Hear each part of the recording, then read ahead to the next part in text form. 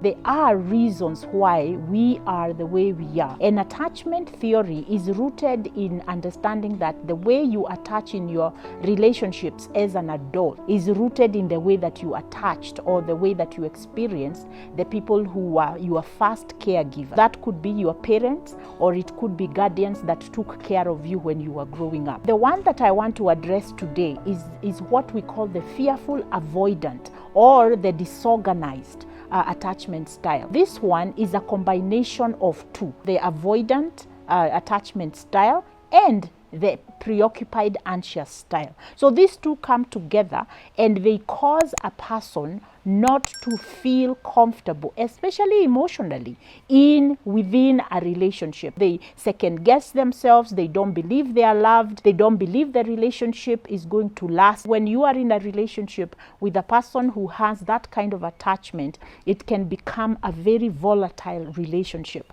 They can be very desiring of love and desiring of connecting and being vulnerable with another human being. But at the same time, they are very afraid of being hurt. Why do people develop that? They develop that because as children, when they were growing up, they grew up in a home where there was a lot of chaos and they could not trust the adults who were their caregivers. For instance, a child would have felt very afraid. And if they talked to their parent about it, what would happen? Either they get dismissed or they get ridiculed or they get shamed about it. And the parents or the caregivers did not have the ability to self-regulate for themselves. And so the child learns there is no way to tolerate high emotions. And so they don't know, they don't have what we call self-regulation because they never saw it. When you have two parents or two adults who are in a long-term relationship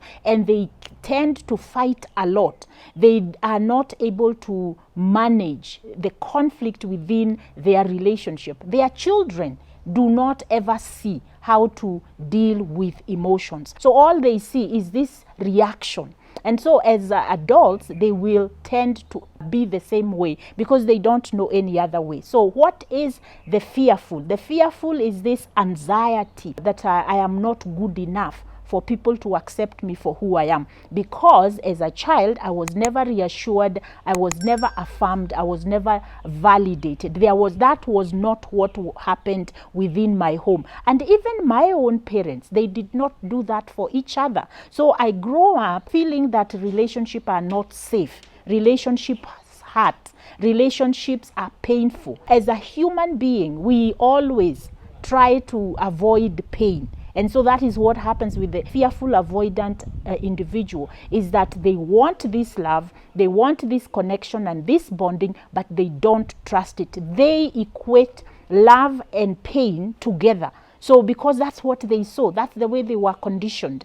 And so they struggle a lot in these relationships because they cannot trust themselves and neither can they trust the people who are in relationship with them. There is a personality disorder we call borderline personality disorder. And so a person who is a fearful avoidant, if they don't get the treatment to learn how to manage and regulate their emotions and also their thought patterns, they can develop those traits of borderline personality where you pull people towards you and then you push them away. You can't trust that they will be here for the long term. Attachment styles, they are rooted in issues of abandonment, where you were abandoned as a child, whether it was intentional or not intentional, you still experienced that you are not good enough for people to stick around. Also, you experience that your emotions are not important enough for people to validate. You didn't get a lot of assurance, you didn't get a lot of comfort when you were in distress. And so these children who grow up in those kinds of homes, they are either going to become avoidant, or they are going to be very anxious about relationships, or they are going to become very fearful about relationships. The question then becomes, how do you heal? If you want to move into the secure space, you want to heal that abandonment issue. The process here is for you to undo the belief that I wasn't good enough, that's why I didn't get the love and care and assurance and validation I needed.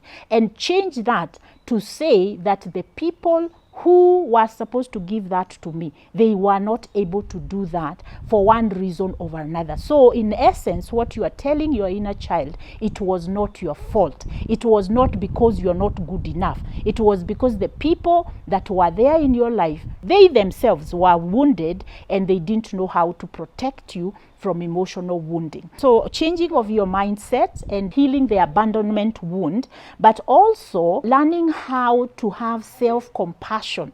Because normally with the children that grow up in that environment, they tend to feel that they are not good enough, and they tend to judge themselves even more harshly than they were judged. They criticize themselves, they tell themselves they are not good. If they make mistakes, they cannot have self-compassion. So you start the process of looking at yourself and giving yourself what you were not given by the individuals who are supposed to give you that. Now, it's not an easy process. So you can actually seek the help and the support of a therapist and go through the process that we call reparenting.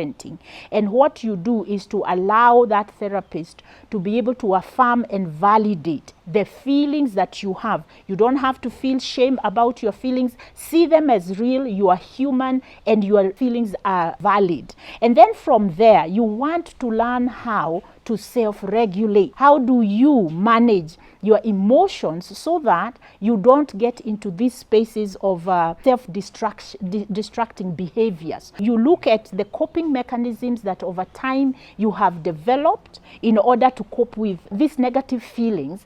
And once you identify the self-destructive behaviors, then you begin to develop skills on how to protect yourself from self-destruction.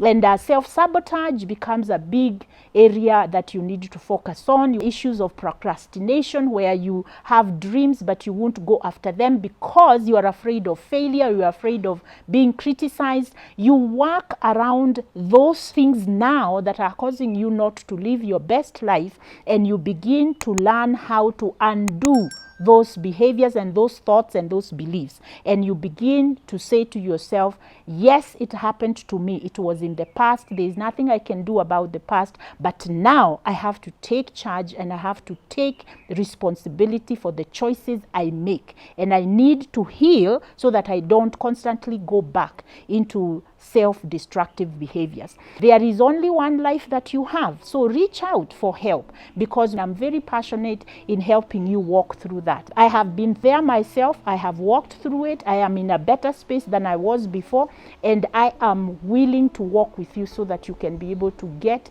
to the life that you have always wanted. So until I talk to you next time, may you continue to live by design and to embrace who you are.